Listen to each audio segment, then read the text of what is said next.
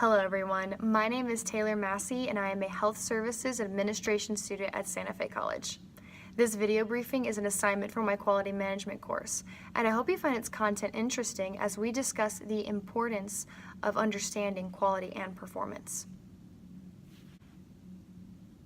Throughout our quality management course, we have researched and discussed how clinics and hospitals have benefited greatly from making quality patient care their top priority. We've also received great insight from quality management professionals that are out in the field today. Before we continue to learn more about improving quality performance and strengthening organizations, we must first have an understanding for the roles that they play. In this video briefing, we will take a few minutes to define quality and performance, as well as how they each play a role in the success of a healthcare organization. So let's start with defining quality, shall we?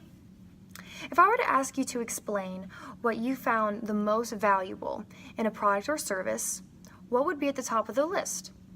As a consumer, would you believe that the product's purpose, availability, and lifespan would be the most interesting? Or what about the company that created the product or provides the service? If these things strike you as important characters of the product or the service, one word can be used to define them all: quality. According to our textbook, the word quality doesn't have a commonly accepted definition because people and organizations explain it differently. Quality Management of Organizational Excellence, 2016, page 2.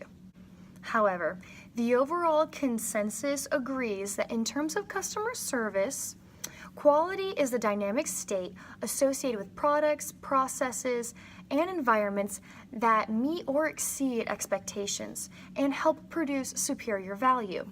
Quality Management for Organizational Excellence, 2016, page 3. In other words, the term quality refers to the level of value the consumer would place on a product or service.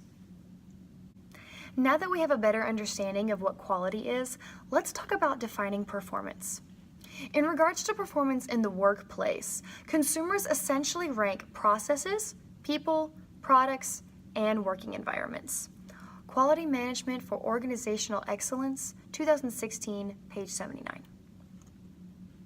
If you visited an acute care center and clinicians were unprofessional and did not tend to your needs as a patient, would you be willing to go back there for your follow-up care? What if they treated every patient the same way?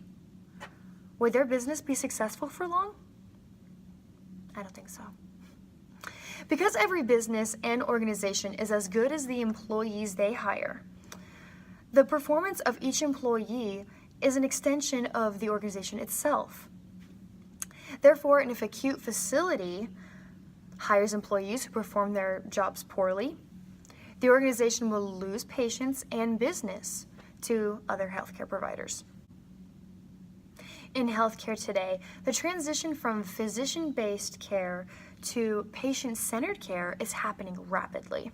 Instead of focusing on just the acute illnesses of a patient, physicians are expected to tend to a patient's overall medical experience. According to Healthcare IT News, this approach calls for patients to play a larger role in their healthcare decisions. Monaghan, 2018. Because healthcare organizations are held to different standards of quality by every patient, it is impossible to meet everyone's expectations. However, the healthcare industry has found multiple ways to be successful through this transition. In Minnesota, Entira Family Clinics has invested in using performance data to improve their services and clinical workflows. Robert Wood Johnson Foundation, 2013. They have also used information to create more tools in order to reach better performance outcomes. Timothy Hernandez, an MD at Entira, explained how the shift to internal incentives started a cultural change within the organization.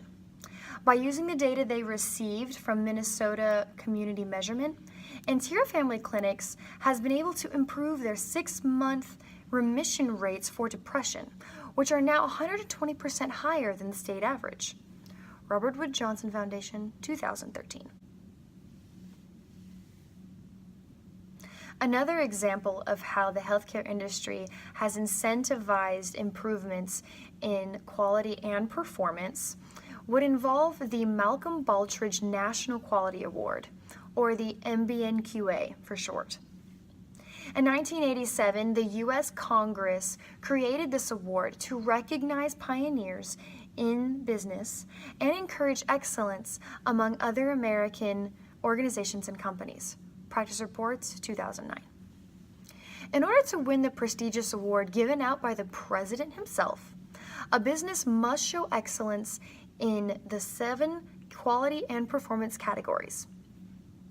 These categories include leadership, strategic planning, focus on patients, customers, and markets, measurement, focus on workforce, process management, and results.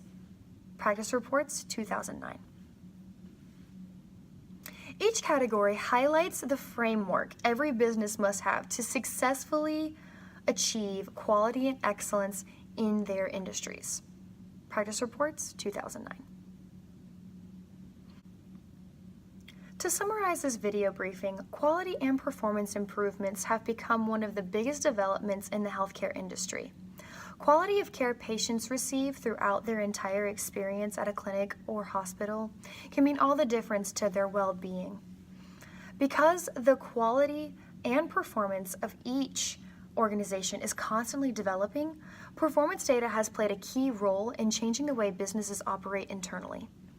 As we prepare to enter the healthcare industry, let's use the 7 quality and performance categories for the MBNQA Award as our framework for providing the best services to our patients, wherever we decide to work. Thank you for watching this presentation.